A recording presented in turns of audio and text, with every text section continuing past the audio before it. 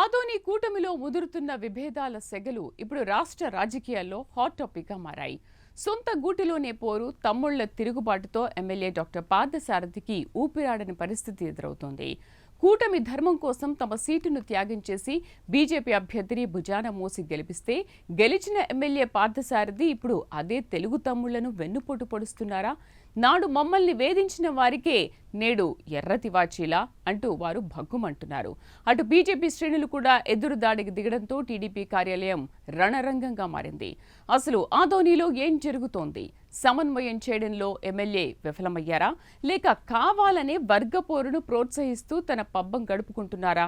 రాష్ట్రమంతా సాఫీగా ఉన్న కూటమి ఆదోని దగ్గరకు వచ్చేసరికి ఎందుకు తలకిందులవుతోంది?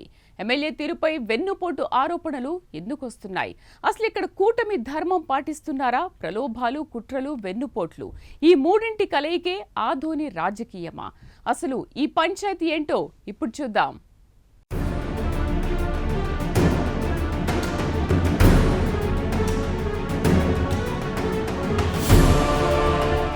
కర్నూలు జిల్లా ఆదోని నియోజకవర్గం కూటమి రాజకీయాలకు అడ్డాగా మారిన ఈ ప్రాంతంలో ఇప్పుడు అసంతృప్తి జ్వాలలు మిన్నంటుతున్నాయి.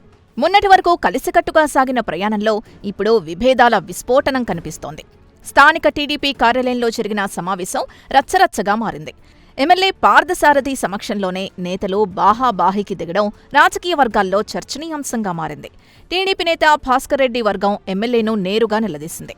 గత వైసీపీ ప్రభుత్వ హయాంలో టీడీపీ కార్యకర్తల్ని ఇబ్బందుల పాలు చేసిన వారికే నేడు ఎమ్మెల్యే ప్రాధాన్యత ఇస్తున్నారన్నది వారి ప్రధాన ఆరోపణ. నాడు అక్రమ కేసులు పెట్టి వేధించిన శక్తులకు నేడు ఎర్రతివాచీ పరుస్తారా అంటూ తెలుగు తమ్ముళ్లు నిప్పులు చెరుగుతున్నారు.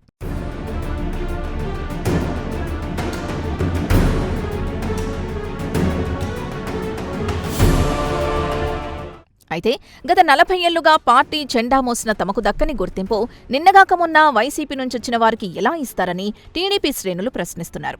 పార్టీ కోసం చెమట ధారపోసి గెలిస్తే ఇప్పుడు తమకే వెన్నుపోటు పొడుస్తారా అంటూ బహిరంగంగానే ఎమ్మెల్యేపై విమర్శలు గుప్పిస్తున్నారు. ఎమ్మెల్యే పార్థసారథి కేవలం గ్రూపు రాజకీయాల్ని ప్రోత్సహిస్తూ కాలక్షేపం చేస్తున్నారన్న ఆరోపణలు వెల్లువెత్తుతున్నాయి. ఈ గొడవ కాస్త టీడీపీ వర్సెస్ బీజేపీగా మారిపోయింది. ఎమ్మెల్యేను ప్రశ్నించే స్థాయి మీద అంటూ బీజేపీ శ్రేణులు ఎదురుదాడికి దిగడంతో పరిస్థితి ఉద్రిక్తంగా మారింది. అటు చంద్రబాబు జిందాబాద్, ఇటు బీజేపీ జిందాబాద్ అంటూ ఇరు వర్గాల నినాదాలతో కార్యాలయ ప్రాంగణం దద్దరిల్లిపోయింది. చివరకు ఎమ్మెల్యే కలగజేసుకుని కార్యకర్తలకు తనను ప్రశ్నించే హక్కుందని సర్ది చెప్పడంతో వివాదం తాత్కాలికంగా సద్దుమణిగింది.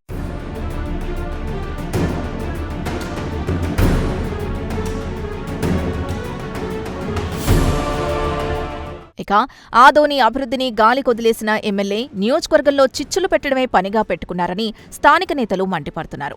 కూటమిలోని ముఖ్య నేతల్ని ప్రలోభాలకు గురిచేస్తూ వర్గపోరును ప్రోత్సహిస్తూ తన పబ్బం గడుపుకుంటున్నారన్న విమర్శలు బలంగా వినిపిస్తున్నాయి. ఏ నియోజకవర్గంలో లేని సమస్యలు ఇక్కడే ఎందుకొస్తున్నాయన్నది ఇప్పుడు $1 మిలియన్ ప్రశ్న. తర్వాత పదవుల కేటాయింపు, ప్రాధాన్యత విషయంలో వస్తున్న ఈ గ్యాప్ క్షేత్రస్థాయిలో కూటమికి పెద్ద దెబ్బగా మారే ప్రమాదం ఉంది. ఆదోని రాజకీయాల్లో ఎమ్మెల్యే పార్థసారథి అనుసరిస్తున్న తీరు కేవలం పార్టీ అంతర్గత వ్యవహారంగానే మిగిలిపోవడం లేదు. ఇది రాబోయే స్థానిక సంస్థల ఎన్నికలపై పెను ప్రభావం చూపే అవకాశం ఉందని రాజకీయ విశ్లేషకులు హెచ్చరిస్తున్నారు. దశాబ్దాలుగా పార్టీని నమ్ముకున్న క్యాడర్ని కాదని ప్రత్యర్థి పార్టీల నుంచొచ్చిన వారికి పెద్దపీట వేయడం, సొంత ఇల్లు తగలబడుతుంటే పొరుగువారికి పండగ అన్న చందంగా మారింది.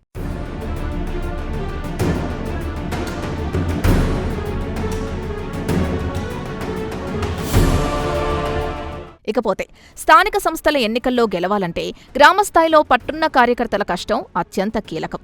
కానీ ఇప్పుడు జరుగుతున్న గ్రూపు రాజకీయాల వల్ల నియోజకవర్గంలో కూటమి శ్రేణులు 2 వర్గాలుగా విడిపోయాయి.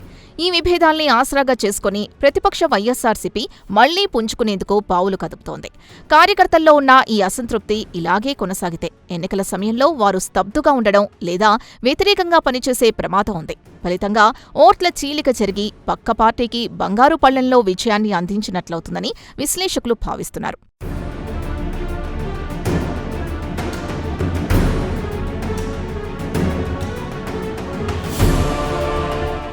నిజానికి ఏ రాజకీయ పార్టీకైనా కార్యకర్తలే వెన్నెముక.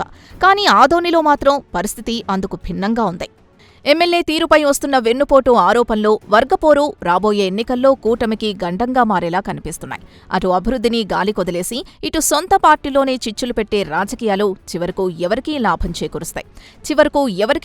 చేకూరుస్తాయి?